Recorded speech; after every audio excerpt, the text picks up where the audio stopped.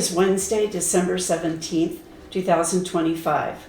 My name is Judy Herrera, and I'm in Camarillo, California. It is my honor and pleasure to interview Spencer Johnson on behalf of the Conejo Valley Chapter, Daughters of the American Revolution, and Colonial Dames 17th Century for the Veterans History Project with the Library of Congress. This interview is being recorded by Ed Lynch from Advana Videography and contains the reflections and memories of the veteran during his time in the Army.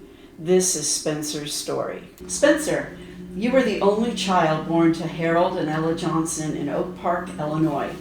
You moved to Indianapolis for a few years for your dad's work. Then halfway through second grade, you were back in Mount Prospect, Illinois, finished elementary and then high school. Do you want to pick up your story there? Sure. When we get back to Illinois, I was, like it said, 7th grade. And I was mid-year because of where my birthday is. So they had a choice to move me to 3rd grade or back to 2nd. And they elected to go to 3rd grade, move me ahead. And it just so happened that was a period when one of those schools would have taught reading and writing. And I missed it. So my mom taught me how to read and write. Nice. And there's a lot of psychological stuff, I think, in there that I missed by moving ahead. Then we moved to Mount Prospect in 1947, and in 3rd grade. Finished elementary school then, and moved on to Arlington High School in the town next to us. Our town was too small to have a high school then. Okay. I spent 4 years there. I was in the band, actually starting back in 5th grade, and played French horn, mellophone, baritone. Wow. Had a lot of fun with that. And the marching band was the most fun. You get out on a football field or marching in a parade. But high school was a struggle for me because I was a nerd, I guess, and I didn't associate with a lot of people. I had basically one good friend, George Crawford, who has died now. So I got out of high school and moved on to Purdue University, where I was enrolled in their electrical engineering course. Of course, the first year or two is basic stuff. And I was not doing well in my 3rd semester. Excuse me. My 3rd semester, I just was not, it wasn't sinking in, let's put it that way. So I went and took a bunch of tests with a counselor, and came out that I should be a pharmacist.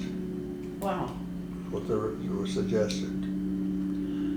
And funny thing about that is I was flunking chemistry at that time. I told them, I don't think a whole lot of your tests. But I was in the band at Purdue also, which was another great experience, because that was a big band, like 300 people. Wow. On the football field and wherever, marching in parades. That was fun. But after 3 semesters on the main campus in West Lafayette, Indiana, I transferred to the regional campus in Hammond, Indiana. And there I started a course of electronic technology, a 2-year program, which was more suited to my brain at that point in time. And I finished up there in 1961. And I had already made up my mind that I was going to go to California because didn't like the snow, didn't like the cold. Okay, so you enjoyed the band, being in the band, and But now they didn't have a band at the regional campus, okay. so that was the end of my music career at that point in time. And I lived off campus with, I rented a room from Mr. and Mrs. Felcher, and all I had was a room. Oh. I had access to a bathroom, but that was it. Couldn't do any cooking, or not that I would have anyway, but so typically I would go home on weekends, which was a journey in itself, because Hammond is on one side of Chicago and my folks in Mount Prospect were on the other side of Chicago. So it's probably 45, 50 miles different, but I had to do it by train and buses, and which was an interesting way to travel, I guess, until I got a car. But anyway, the time in the regional campus is where I got my electrical technology degree, an AA degree, and I left for California. And in California, at that time, 1961, you basically had to be able to breathe to get a job in aerospace. I interviewed, I don't know, 3 or 4 places, and they all said, sure, come to work. So I went to work for a company called Autonetics, who was part of North American Aviation at that time. Now it's all part of Boeing, I think. There I worked on the Hound Dog missile guidance system. I was doing checkout of the modules to come off the assembly line. And spent a year doing that. That was probably one of the funnest jobs I've ever had. I was on my own. I had this huge workbench, a lot of equipment, knew how to do my job, and finally, I got so good I didn't need the manual to go through it.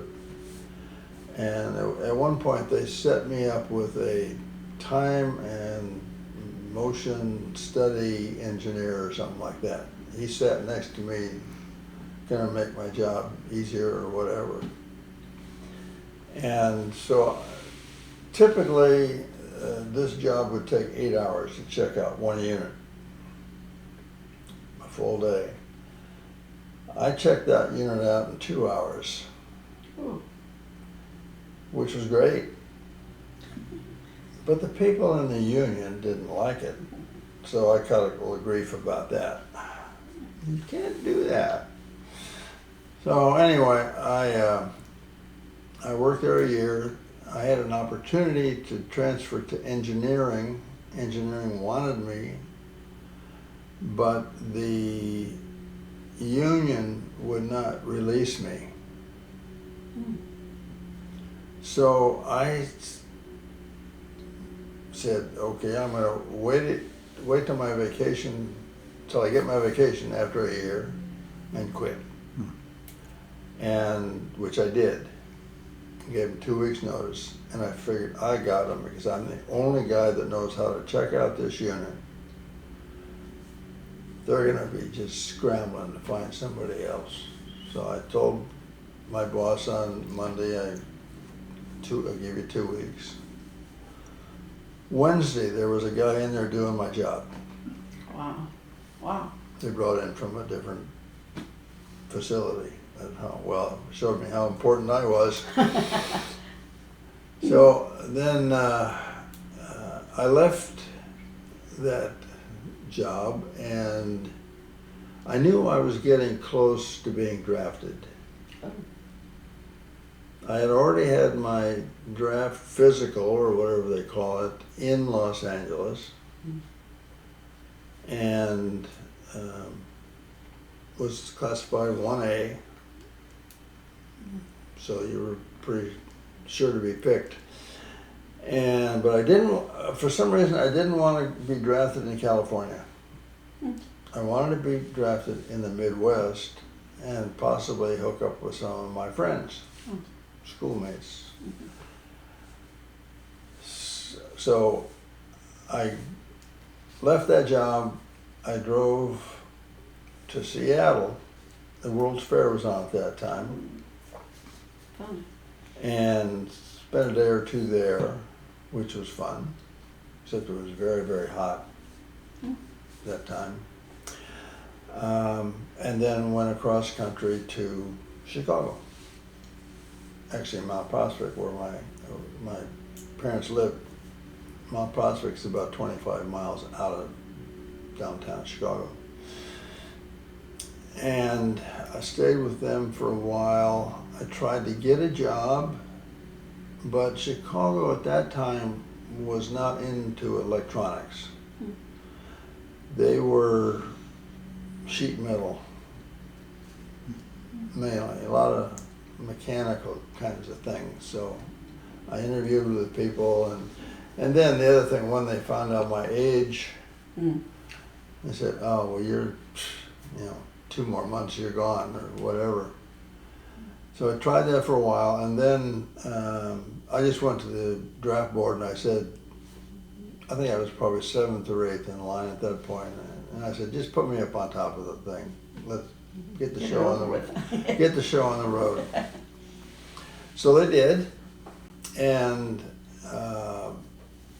so this is the Army that you... yeah. Well, I don't know if it was the Army at that point in time, but that's where I wound up. I don't remember. They put me on a train into Chicago with a bunch of other guys. I had a bag of all my worldly goods that was about that big. Oh. That was it. And we went into Chicago, and then they transferred us to another train to Louisville, and it was a sleeper train. So since it was overnight, we slept. I mean, it's kind of a nice deal. Got to Louisville, then I suppose they took us on buses or something to Fort Knox. Okay. And gave us a place to live. That was probably on a Saturday morning, I'm thinking. And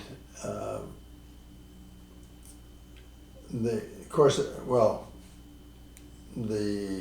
quartermaster and his outfit were closed down for the weekend, so we were still living in our civilian clothes. Had nothing to change into. Then Sunday morning, this was an important morning for me. The sergeant came in at some stupid hour of the morning. We're all sleeping. He got us all up and he said, "Okay, I need every one of you on KP this morning."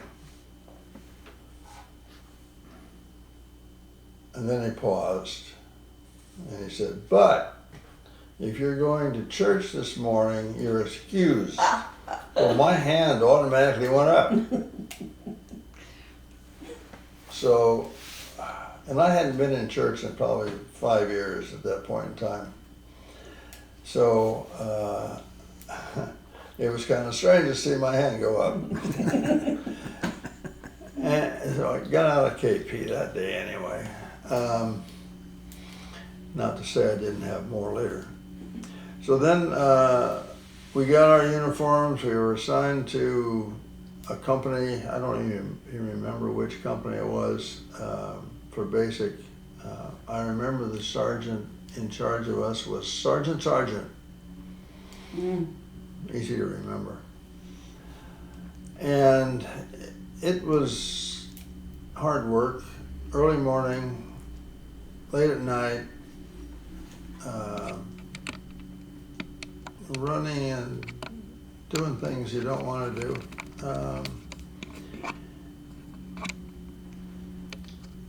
They had a rule that to go into a meal, go into the mess hall, you had to go through a horizontal ladder to get there. And I have always had soft hands. So, excuse me, after a while, I started getting blisters, the blisters pop open, and I mean, it got to be where it was just flat painful to go through. And there were a couple other guys in the same situation, and one day there was an officer that came through the camp, and he saw what was going on, and he said, okay, these guys are excused from going through the ladder. Well, thank you very much. So we just went right to the mess hall. Typically, basic training was a lot of exercise, rifle training, how to take care of your rifle, how to shoot the rifle, M1, break it down, put it back together, and you knew your weapon rather well. Then, then they'd have you crawl on your belly at night while they shoot machine gun fire over your head. They said, don't stand up, you'll get shot. Okay. And then as you're traveling through, there'd be little explosions on the ground too. But they were well marked. You had to be totally stupid to run into one of them. But, you know, crawling 50 yards or whatever it is not a whole lot of fun. Anyway, I finished at Fort Knox, and early in my Fort Knox experience, they gave me a lot of tests to determine where I could best fit in. And the officer that interviewed me was pretty much impressed by the fact that I had worked on a missile system, and I had at least an A degree in electronics. And he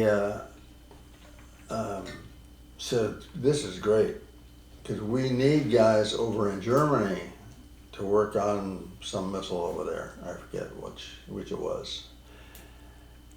And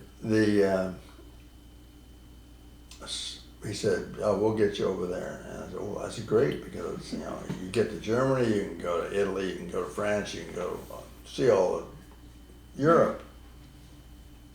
Great. So about a week before basic ended, I got my orders to go to Korea, which is not near Germany. And I was going to be a topographic surveyor. I don't know what a topographic surveyor is. Didn't have a clue. I mean, I've seen surveyors, but this is topographic. Oh, okay. So they flew us from Fort Knox over to Washington National Airport, and then on to Fort Belvoir, Virginia.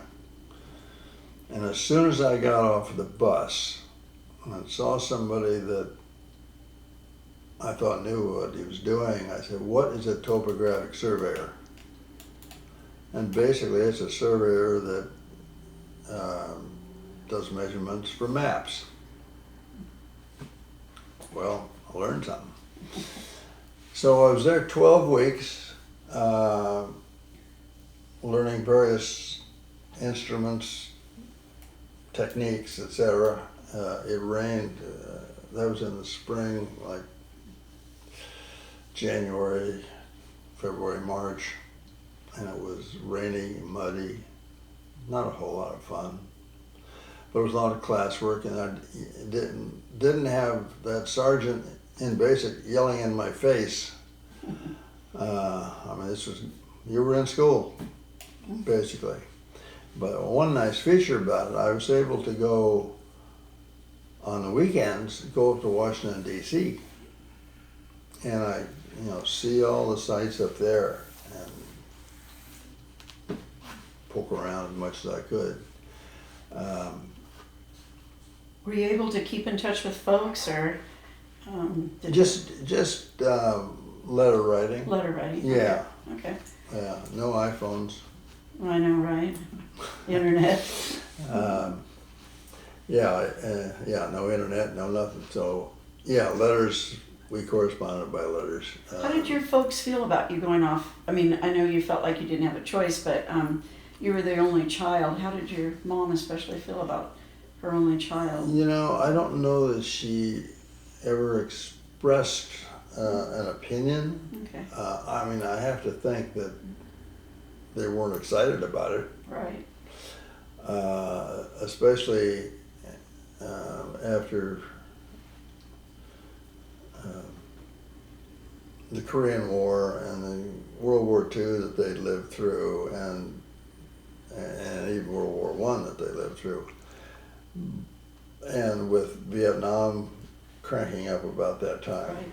I don't think they were very excited. Okay. So letters home and So kept in touch. Good. yeah. Where was I? Oh, I'm sorry. So you were keeping in touch with home. Did you have a girlfriend at this time at all, or?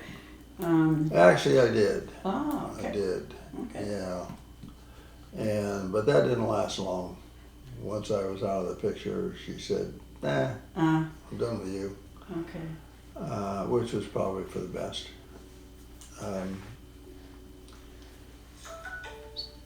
So, okay, I got my training. The next jump was to Korea.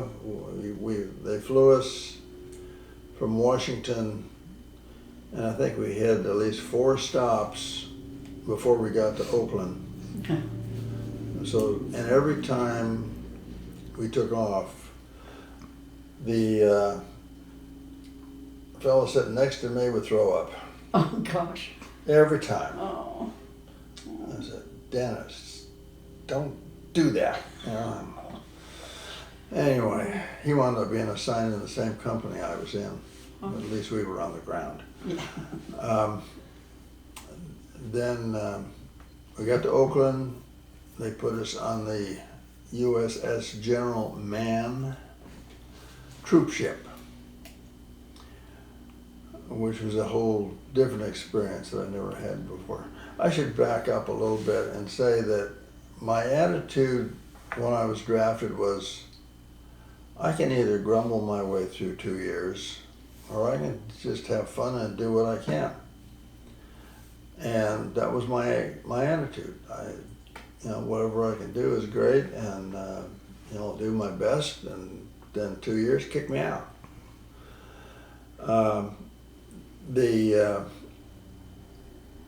So we're on the ship. I made salads from Oakland to Pearl Harbor. And from Pearl Harbor to Incheon, Korea, with a short stop in Guam, I peeled potatoes, which is a great job because they got a machine that does it. You throw them in there, Oh, it grinds off I did the not skin. know But that. then you got to go in and pop the eyes out or size them, cut them, do whatever they want. But it was great. One of that, and the other good part about it, you could do that at night because when you're in the Southern Pacific, which we were part of the time, it's hot. Yeah. So we can go down below decks and do our job when it's a little cooler. One of the guys, there were three of us, as I remember, who peeled potatoes, and we had potatoes every meal. He peeled the potatoes, and then he had a number 10 can, empty number 10 can over in the corner. And he does his work, and all of a sudden he's over there throwing up in the can. That went on forever. Oh my gosh. He just Seasick? never got used to sailing. Yeah. Yeah. And during that time, since we were below deck, we didn't know what was going on outside. Yeah. I had some crates, empty crates from the potatoes, and I had to get rid of them. And at that time, he just threw it over the side. So I went up the ladder, opened the hatch, and we were in the middle of a typhoon. Oh my gosh. It grabbed those boxes out of my hand and it threw them over the side. Oh. I was hanging on, so that's fine. But there was a sailor on guard duty down there where the boxes landed. And he looked around and said, "Get downstairs." So, Wow. yeah, that was something. Anyway, then we wound up in Incheon, Korea, which is on the western coast.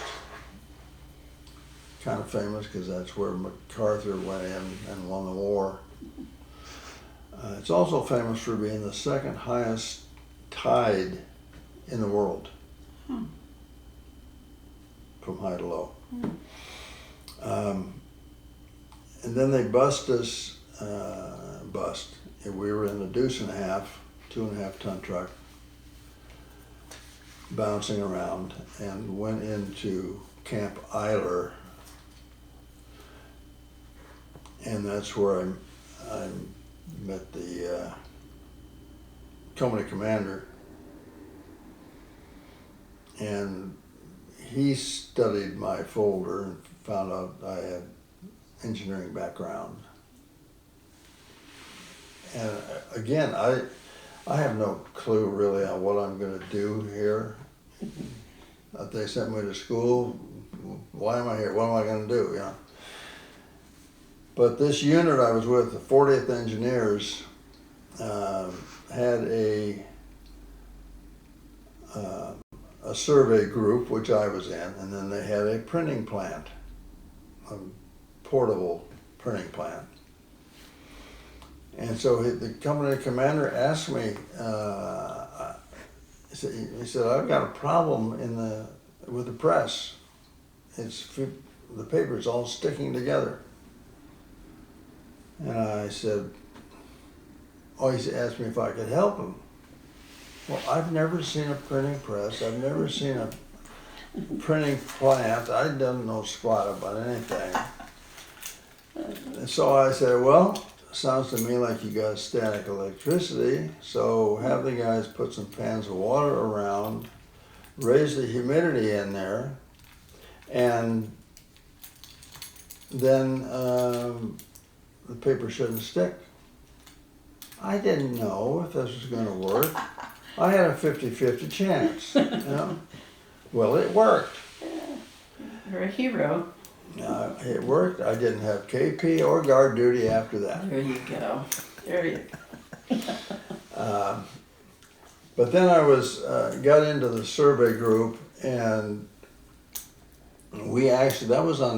they had moved us to Camp Mercer, which is across the road. Both of those, in fact, I just read the other day that Camp Mercer was turned over to the Koreans. They're still using it. Camp Eiler doesn't exist anymore.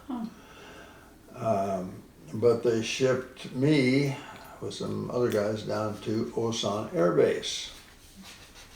It's about, I'm guessing, 30 miles south of Seoul, major air base for the U.S. and for Koreans. And we lived in a Quonset hut there. Probably a dozen of us in the group. And we would go out from there, and our main job was to locate precisely the position of the missile launch sites.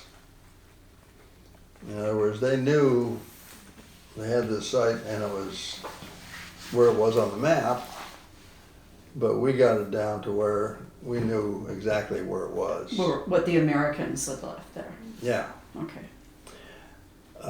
Hopefully so they could aim a little bit better. So we would, on a typical day, there would be three groups. One would be at the missile site itself, and two of us would be up on a hill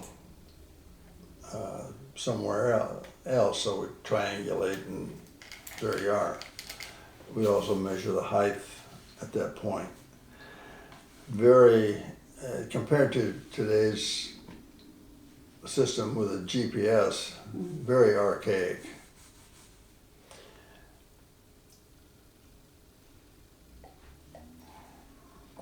Were you shot at? I put a side note there. You were going to mention. Yeah. Is this before or after? I'm sorry. Well, it was after Okay, one of the others surveyed. Okay, so we jobs. can remember it later. We did, other things. Okay. So we did a lot of that. We did a lot of mountain climbing.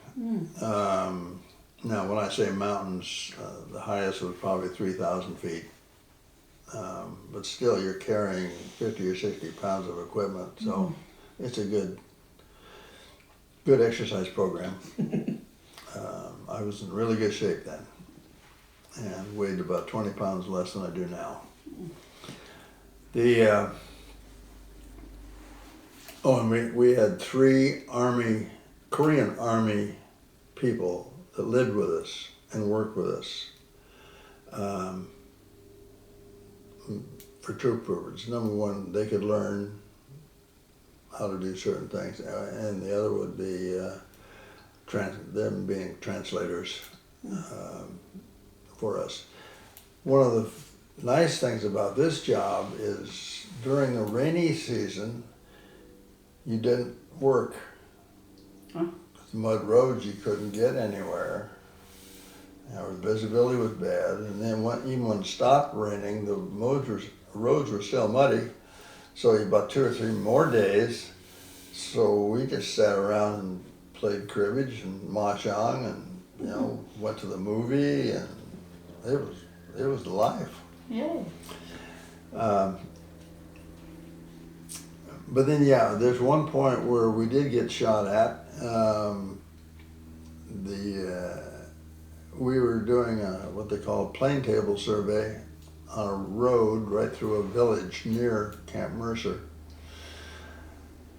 And that is not very far from Kimpo Air Base Airport. Now it's called Gimpo with a G Airport. It's the main airport in Korea. It's next to Seoul. And they had a bunker built up so that they could bring the aircraft around and test the guns by firing into that bunker. Well, the airplane was here, the bunker was here, and we were over there. And something was set up wrong to where it wasn't hitting the bunker. It was coming right by us. I mean, these are probably 50 caliber shells. Oh my. So I just said, hey guys, we're going back home. Call it a Whether they day. finish this or not, I don't care. I'm not going to get shot at. And then there was another similar situation up along the DMZ. I was sent up there with one of the Korean soldiers who were called Katusas, which I think is Korean Army assigned to U.S. Army, something like that, Katusa. And we went up there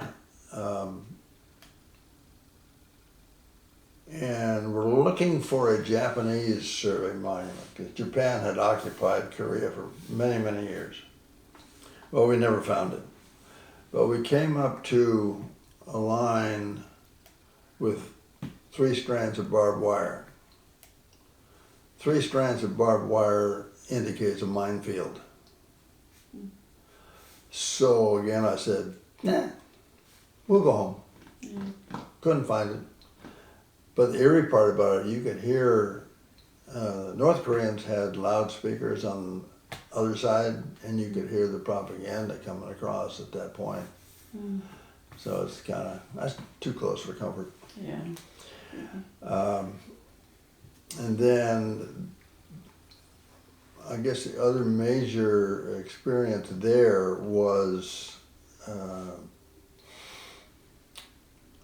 we, all of us, a dozen, 10 or 12 of us, went and lived in a village in the south end of Korea called Chinjo-ri. I can't find it on any map, but I may have the name wrong. There we were surveying a road to go from the base of the mountain up to the top where they were going to build a missile site. So we had, and there was days and days of that. We were there a month doing it. And if you look now on Google Earth, there's a missile site up there. Oh, wow. Huh. So actually some of my work produced something. There you go. But like I say, we lived in the village. We ate sea rations 3 times a day. Hated lima beans. Ham and lima beans was the worst one.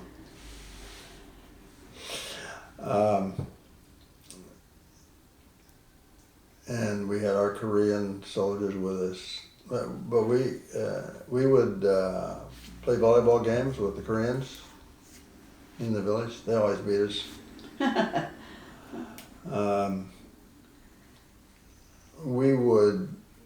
There were no shower facilities at all. And after you're out there working in Southern Korea in the summer, it's hot, it's dirty, you're a mess. So we discovered a reservoir where we could go swimming, if you will. And the reservoir, you've got rice paddies here, got a reservoir, and then more rice paddies. And the Koreans used animal waste for fertilizer.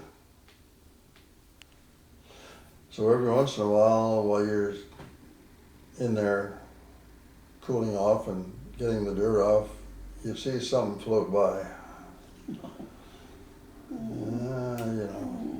It wasn't the best of sanitation methods. Anyway, one night when I came out, I was the last one out, and my towel was on the truck.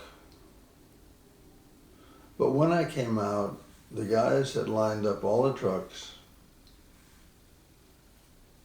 and they hit the headlights. Oh, gosh. And I'm stark naked. And the villagers thought that this event every night was the event of the season. This is great. We can go down and watch all these crazy people. So there I was, with lights on and the whole town watching. Oh. And then, of course, I didn't have my glasses on, and I'm blinded by the bright lights. We got through that. An experience you remembered, though. Yeah, I'm never going to forget that one.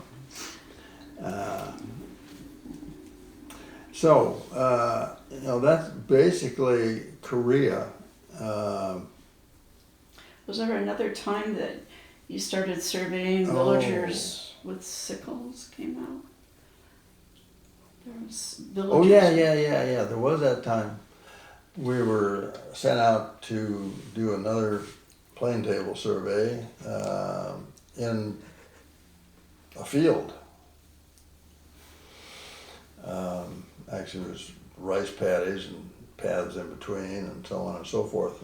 And we got our gear and we're getting set up. In fact, on the way out to the spot where we were going to be working, a Korean Papa-san came towards me with a live squid. You want? No, I don't want a live squid. But as we set up, it became obvious to the Koreans that this is not a good thing. So they came out from the village with sickles in their hands that they would normally use to cut the rice.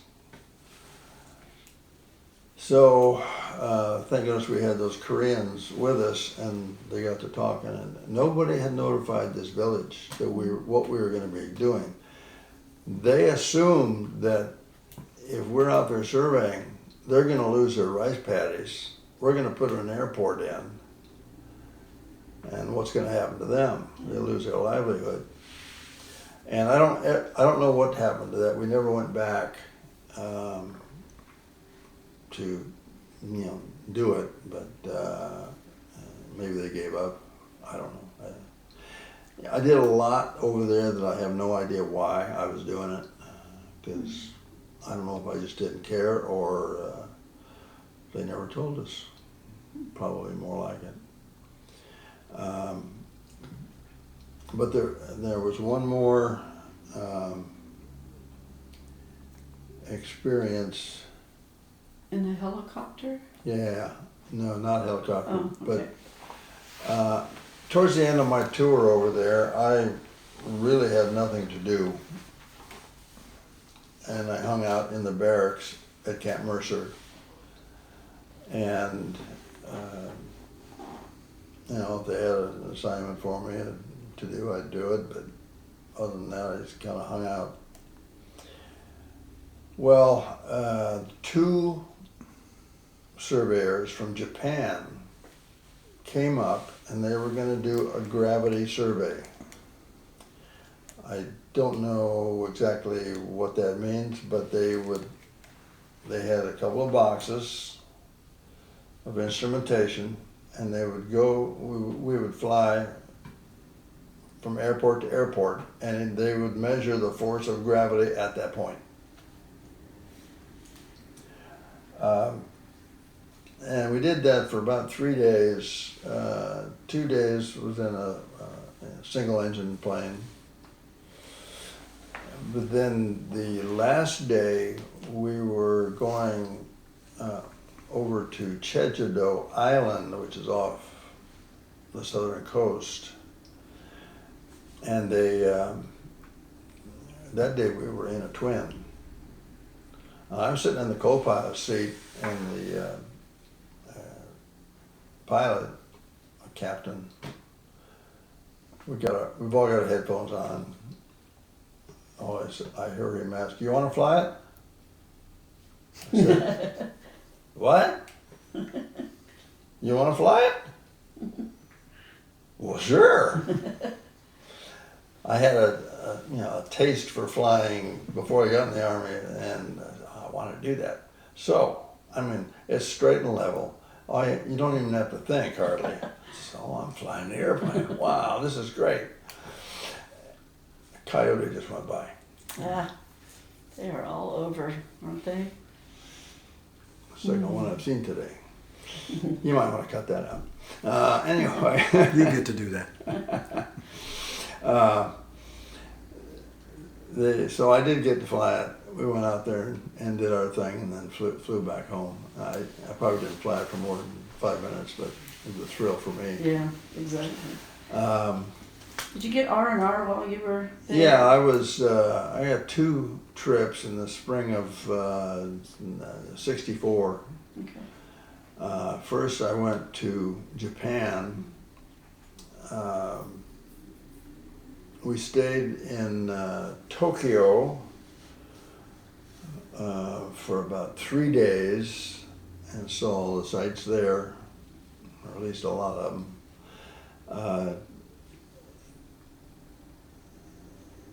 We stayed in a hotel, if I remember correctly, it was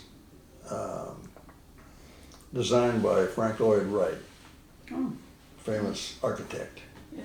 not too far from the Imperial Palace. I do remember that the taxi driver that took us from the airport to our hotel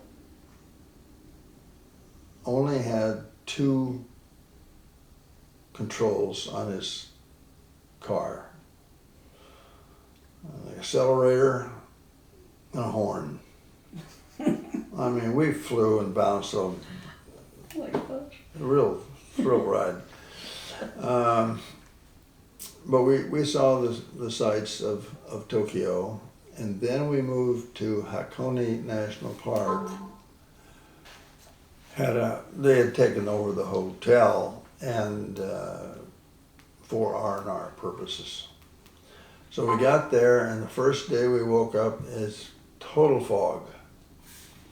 Oh gee, well, we'll stay in the hotel. Second day, total fog. Stay in the hotel. On the third day, we woke up, total fog. And I said, darn it, I'm not staying in the hotel. So there was a tram that went up the mountain. So I'm going to get on the tram and I'm going to go.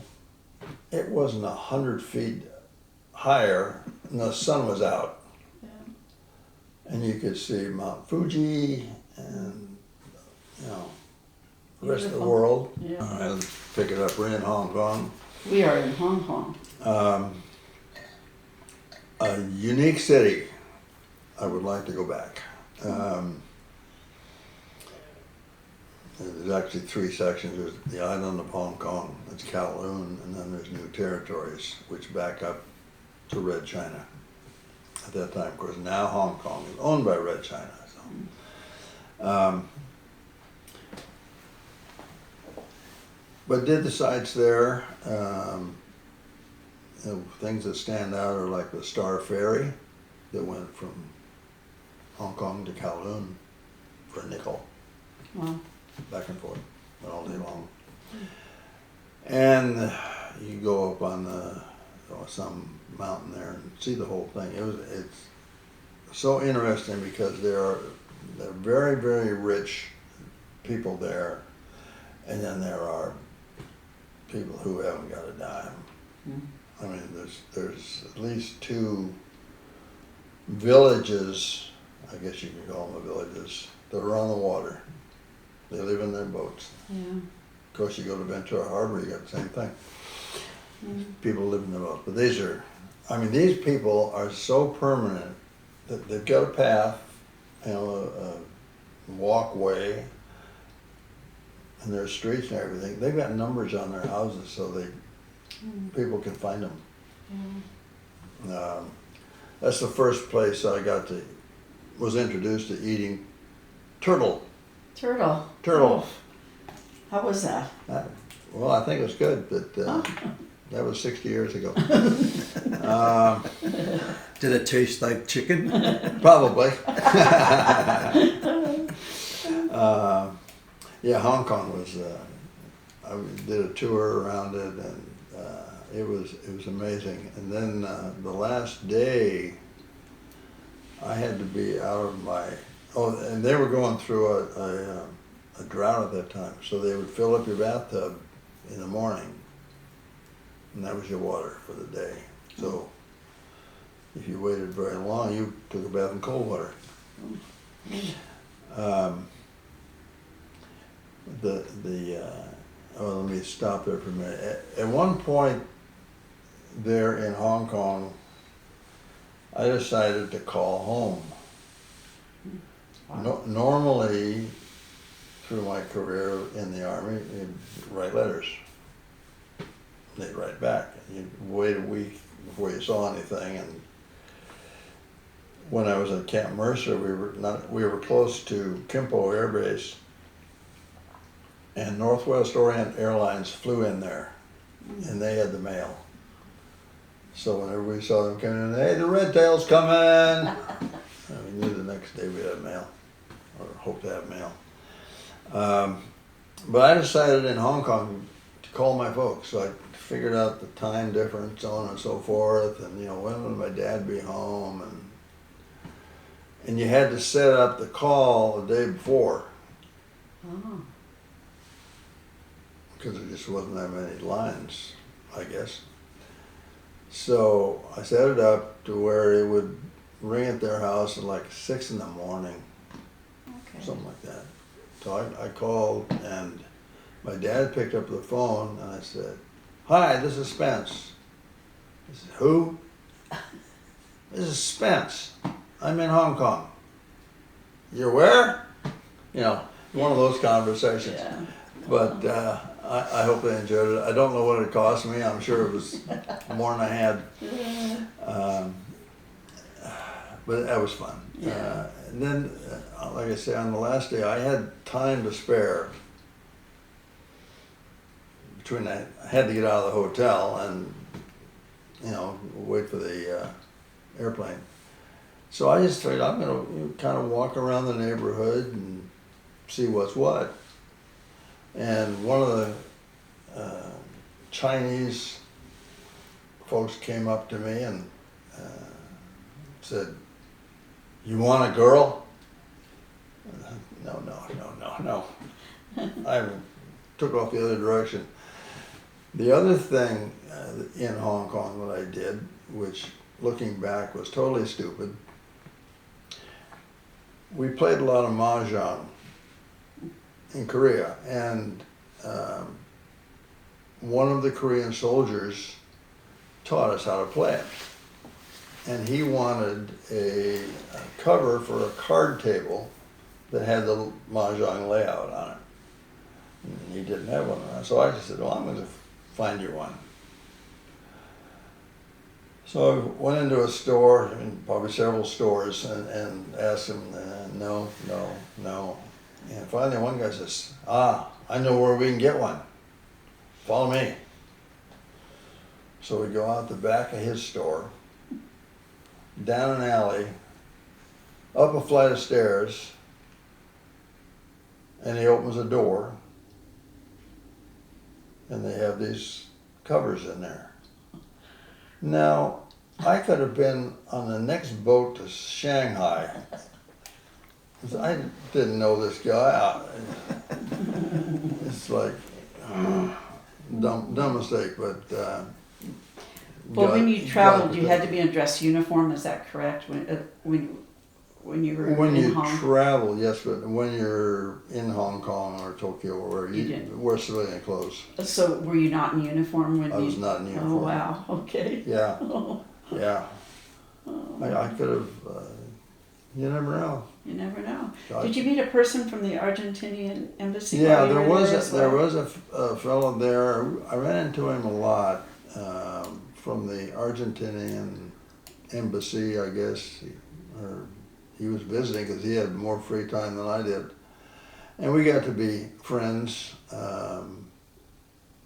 Just kind of palled around together to see that, because the guy I went over there with decided he wanted to live with somebody else, so I was alone for a little while. But, yeah, you meet a lot of people that way. And there again, we were in territory where you could hear the propaganda from Red China Wow. on the loudspeakers over there. Mm. So that was fun. Then, of course, I went back to Korea, finished up, left there September something. So how long was your tour totally in Korea. Korea was from, I landed there on Mother's Day of 1963. Oh. My mom didn't get anything that year, Oh. not even a phone call. And I left there in September of 64. Okay. So whatever that figures out, about 15 months, Yep. 16, I don't know. Anyway, then they put me back on the same ship I came over on, the U.S. General Mann, which was fine, and what did I know? And that was about the time when they were starting to fly people back and forth rather than use the ships. I think my homecoming might have been the last time that ship ever went out, Wow. Okay. because it was in mothballs so shortly after that. Okay. Then on coming back, we were at sea 23 days, went to Okinawa first. The Army troops were loaded in Incheon, Korea. Okinawa, they loaded Marines. And their commander said the Marines will do all KP, all guard duty. Ooh. We're on vacation, guys. 23 days. You learn really how to waste time and do nothing. Fortunately, that's right when James Bond was getting popular. And I had purchased a whole bunch of James Bond books Oh. before I left. So I got that to read while I was watching the sailors chip paint. And then when we, another incident that was kind of funny, coming across two incidents. We're in the middle of the ocean, and I'm usually the first one awake. And I heard this thumping outside the hull. It was bam. And then a few minutes later, again, bam. And it just kept doing it. So I said, I gotta go find out what's going on. So I put my clothes on, go out on deck, and there's this whale out there who just says, you don't belong here. And he's just ramming that ship Oh my gosh. as hard as he can. I mean, what a headache had to cause. But then another time we were at dinner in the mess hall, and the sailors had drills every once in a while. They would, okay, all such and such a crew go here, there's a fire down there, or Yeah. whatever. All these drills. Well, this one is not a drill. Oh. So we finally found out that one of the Marines was not liked very well, and his buddies threw him over the side. Oh my gosh. So had to turn the ship around. They threw him a life ring, so he had that. He's out in the middle of the ocean. It took him probably an hour to turn that ship around, go get him. And then they locked him in the brig for his own protection. Mm. So that was kind of exciting. Yeah, really. And then we got to, we had to go to San Diego to let the Marines off. And so we did that. But now, who's going to do the KP? Oh, whoops. I don't know. And somehow I avoided it. I don't, whether it was just dumbness or not paying attention or what, but somebody told me, hey, they're looking for you. You're supposed to be on KP. What are they going to do, fire me? I'm getting out as soon as we hit land. So they never did catch me. But then we were getting off the Oakland Army Terminal. But on the way from San Diego, you go by Vandenberg Air Force Base. Well, Vandenberg had a shot that night. So our ship had to go way out. And they got us up like 3 a.m. to get ready, get your bags packed, get breakfast, get ready to get off the ship. We weren't even past Vandenberg at that point, and we're ready to get off. And we wait, it probably took us till noon to get into Oakland. And now we're hungry, for one thing. And, but we got to go under the Golden Gate Bridge, second time. And they processed us out. We had to return our gear and so on. And then they gave us airplane tickets back home. So I had a ticket back to Chicago, but it was so late there were no more flights. So I had to spend the night, or most of the night, there. Wouldn't the Army have enticed you to stay? Didn't they encourage you to stay longer? Really? No. Huh. No, because they knew my attitude. Okay. They didn't bother. It's just, why waste time on this guy? Well, I thought they offered you more training. They did offer me early on training to fly helicopters. And I thought about it for 13 milliseconds. And I said, okay, number one, if I do that, I'm going to have to extend at least 2 more years. Yeah. And number two, you become a helicopter pilot, you wind up in Vietnam and get shot out of the sky. So I politely refused that offer. Okay. Another interesting thing that I failed to mention, back with the gravity survey when we're flying around with these surveyors from Japan, I had a friend in personnel at that time who knew that I was up for promotion from Spec 4 to Spec 5. Specialist 4th class, Specialist 5th class. So I knew it was coming, it was in the works. Well, at any time I was on an Army base, I would go into the PDX and say, you got any Spec 5 stripes? Nobody had them. The whole country, nobody had them. So I asked these guys from Japan, do you happen to have a pair of Spec 5 stripes? Well, one guy did. I bought them from him and tucked them away. And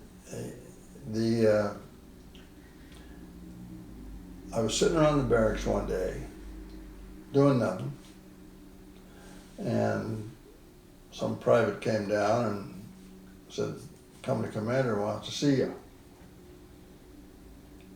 He said, okay. Now, I have not reported to a company commander since I've been in Korea, because my paycheck all came by mail. I had a sergeant in charge of me, and you don't salute them or whatever. So I walked into the CEO's office, up to his desk, and I said, you want to see me? And he says, you want to go out and do that again? I said, oh, yeah, there's a way to do this that's right. Okay. So I walked out. He calls me in. I walk up to his desk and I say, here I am again, instead of saluting. Ouch. And he says, you know, I got orders here to make you a Spec 5. I don't have to give them to you. Now I've got 2-3 months left. Do I care?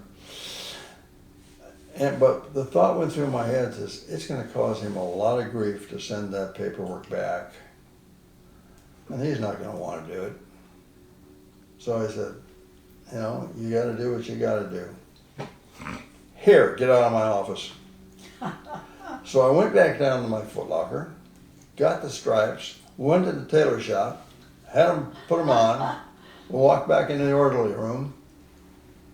Hi guys, Look at me. where'd you get those stripes? Wouldn't you like to know? That's a good story. So once in a while you get ahead of people. Yeah. Yeah. Another incident that occurred, and I talked about the printing press and how I succeeded there. When I was on Osan Air Base, I was taping, I had purchased a Sony reel-to-reel tape recorder. And they had a library of LPs, Oh, all the music, and I was transferring from the LPs to tape. And I mean, I had a lot of them. Well, our company commander found out that I was doing that. Now, where he was, he didn't have the capability. And so he says, "Can you do that for me?"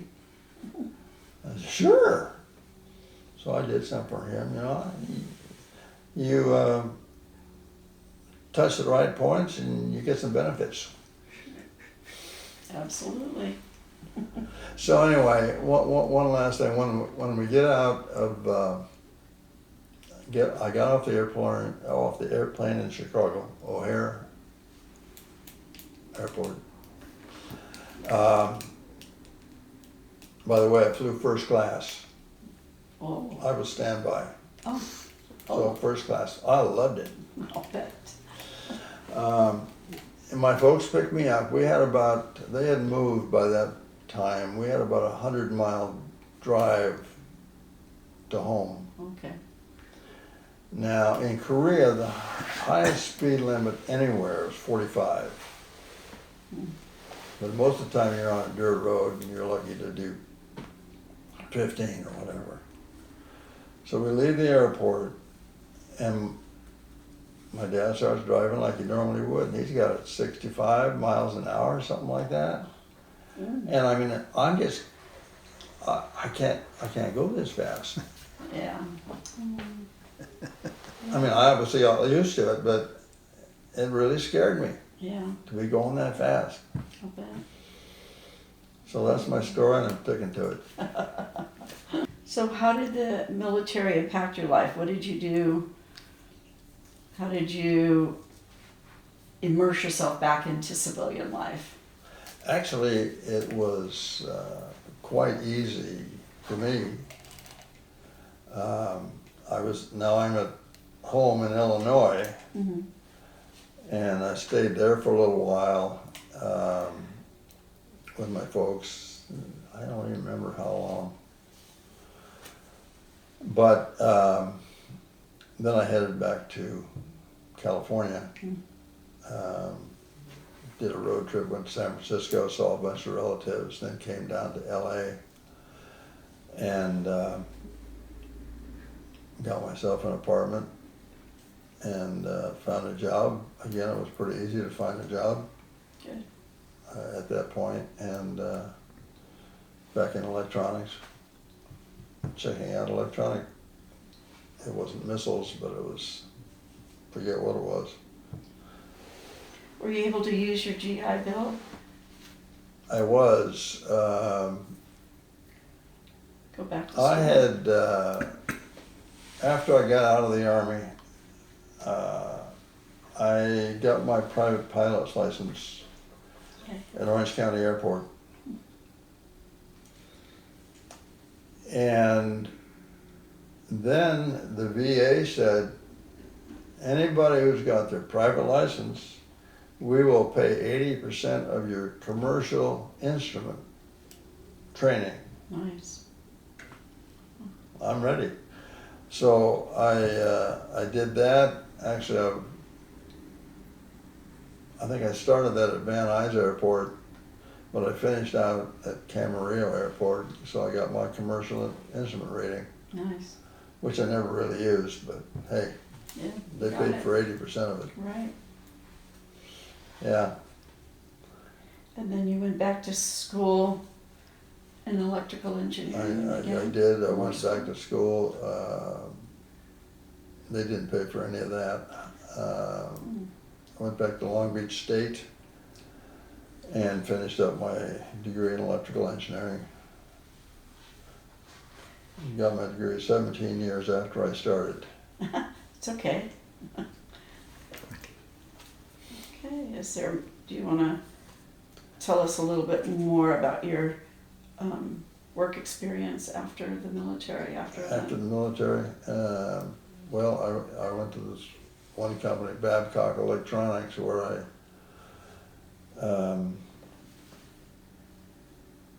and they didn't know quite what to do with me at first, but so I did whatever. In fact, one of the jobs I did, like the first day or first 2 days, they had me do an inventory of the test equipment.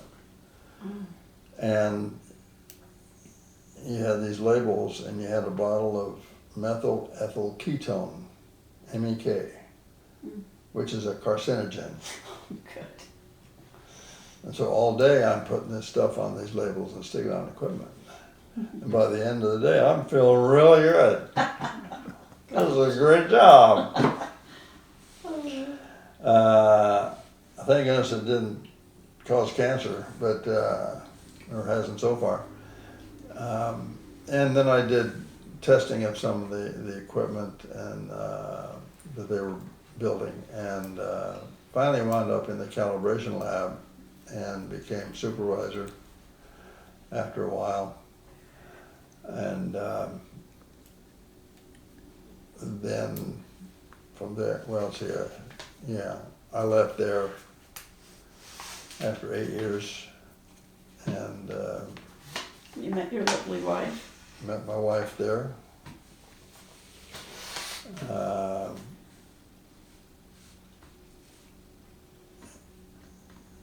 And then I quit that job, and then I didn't know what I was going to do. I wanted to be a stockbroker, but they wouldn't have me. I did wind up selling mutual funds and life insurance for a company called Equity Funding Corporation of America. And about 8 months after I hired on with them, the officers of that company were caught in a major fraud scheme. So it all closed down on April Fool's Day. Gosh, classic. And we tried, a bunch of us tried to continue on, but I couldn't support a family. So then I went back to electronics with a paycheck. And we rented equipment and sold equipment to industry. It was good at the time, but I got to a point where it was giving me more ulcers than I deserved. So quit that, and then we bought a print shop, franchise, Sir Speedy Printing. Nice. Did that for 12 years and sold it. So now I'm 56 years old, and what do? I know. Who's going to hire a 56-year-old? Well, through a friend of mine, I wound up with a job at Salem Communications in the radio industry. Nice. Another industry I don't have no experience with. And they put me in charge of the secretarial pool, and I was also in charge of music licensing for 35 radio stations. I don't know anything about it. I really don't. But with the secretaries, the way they had it set up, all the secretaries reported to me. But they all worked for this vice president or that vice president or whatever. And I said, guys, this is silly to have me doing reviews on girls I don't work with. Yeah. So they got shuffled off to their respective VP. music licensing is basically that amounts to keeping track of all the music that's played on a station. Report goes into a performance rights organization. You may have heard of ASCAP or BMI, one of those. And then they pay money to the artist that produced it. So it's necessary to do, but I had to learn all that, and then I transitioned. Then they I've been there about a year. They said, we'd like to have you take over the Human Resources Department. I don't know anything about human resources. There was a course being given by UC Santa Barbara, an overview course, one semester of HR. I said, if you put me through that, you got a deal. So they paid for that, and I went through it. And for 5 years, I headed up the HR department. Thank goodness I had some good people working for me who knew what they were doing. And the company went from 35 radio stations to 105. Wow. In fact, that was mostly in like one day. Major acquisition. So you had to bring all these people into the payroll system and the benefit system, et cetera, et cetera. But then they found someone who knew HR and hired him. I said, good for you. So then my workload is lessened, and I was standing in the lobby of the building one day, and the president of the company came by. Now, he and I hardly ever spoke to one another, because he's up here and I'm down here. And he's pretty much a private guy anyway. And he said, Spence, I'd like to have you take over the IT department. Oh my. I said, Ed, you need to find somebody who understands IT. I'm not your guy. Well, I managed that department for 3 years. And they hired somebody who knew what they were doing. And in the process, I did a lot of work with contractors on building maintenance, tenant improvements, things of that nature. Finally worked my way out of a job, and I had a plan to retire. I cut down from 5 days a week to 4 days a week, Nice. 3 days a week. And when I got down to about 2 days a week, management said, why are you coming in? Yeah. So we parted ways and I retired. Good for you. They saw that you were flexible and a quick learner I guess. all the way through your career, everywhere you went. Well, that's the nice thing about, when I got the job at Salem, I had talked to not the head of HR, but their boss, Mhm. her boss, who I had known for 30 years, that time anyway. I had worked up a resume, and then it's like, what do I really want to do if I've got a choice now? Mhm. And I'd really like to go back on a bench testing equipment. Ah, That was yeah. the funnest job ever, but you can't make any money doing that. So anyway, I called my friend and I said, I got this resume, would you look at it and critique it, let me know what I can do. He said, sure. So we got together. I showed him that, and he said, well, give me some time to look at it and I'll get back to you. Okay. So he called me again, probably 2-3 weeks later, and he said, come on down, let's have lunch. Okay. And we lived in Thousand Oaks then. There are buildings here in Camarillo. we got together and he says, take a look at this job description. So I looked at it, and you could have put at the top Spence Johnson's job description. Ah, Right down the line. Everything that I had, had touched. A master of none, but pretty good at a lot, And I said, wow. And I showed it to my wife. She said, that's you. So I told him, well, looks good to me. let's do it. And he said, well, let me work on it. He had some hoops to jump through. He had to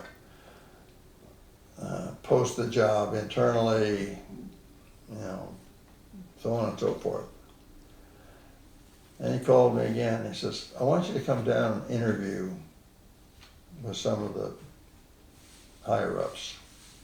So I interviewed with the chief operating officer, the chief financial officer, and vice president of engineering. And at this point in time, I had it in my head that I had this job. And if God wanted me there, he'd put me there. And if he didn't want me there, he'd kick me out. So I was very relaxed. I put on a suit and tie, and all that, but I'm very relaxed, and I'm talking to all these three people, and nothing really came out of it that I knew of at the time. And a couple days later, I called Russ and I said, well, what did they say? And one of them, and I don't know which one of them said, I don't think he can handle the pressure. And I just busted up laughing. Have you ever owned your own business? Talk about pressure. So that was that. And then I went back home and do chores that I've been doing during this entire job search time. And that day I was painting the fence. And he called me. He says, can you start Thursday? Oh, gosh. Well, I'm in the middle of this paint job. Don't know if I can. Okay, I can work it out. Good for you. So I was there for 12 years. Oh, nice. It's a great career. Worked out good. So if you had to put in a couple sentences, how did your time in the military impact your life? You would say. Well, I'm pretty sure it helped me grow up.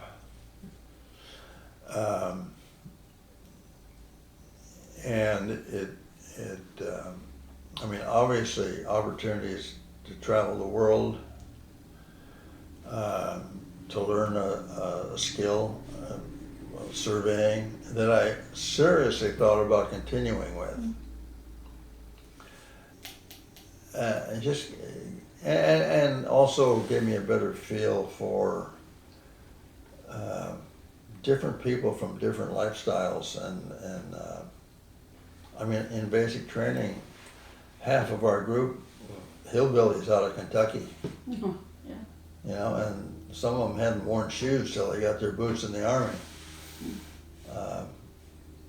So, things like that, you just learn more about the world. And I still, when I left there, I got paid $155 a month. Well, now the VA, because of my hearing loss, gives me $175 a month. So I got a pay raise already. There you go. Yeah. Okay. I would like everybody to go into some kind of service like that. Yeah. Yeah. It doesn't have to be military, it could be Peace Corps or who knows what. But you grow up and you learn a lot. Good. Okay, is there anything else you would like to add? Anything else you think we missed here? I think we covered the entire waterfront. Well, thank you for your service, Spencer. We appreciate you. Well, you're very welcome. And you fly your flag. You know, I Every appreciate day. that you fly your flag Every day. Yeah, I do. Day and night. Awesome. Awesome. Okay. Thank you for your service. Yes. You're very welcome.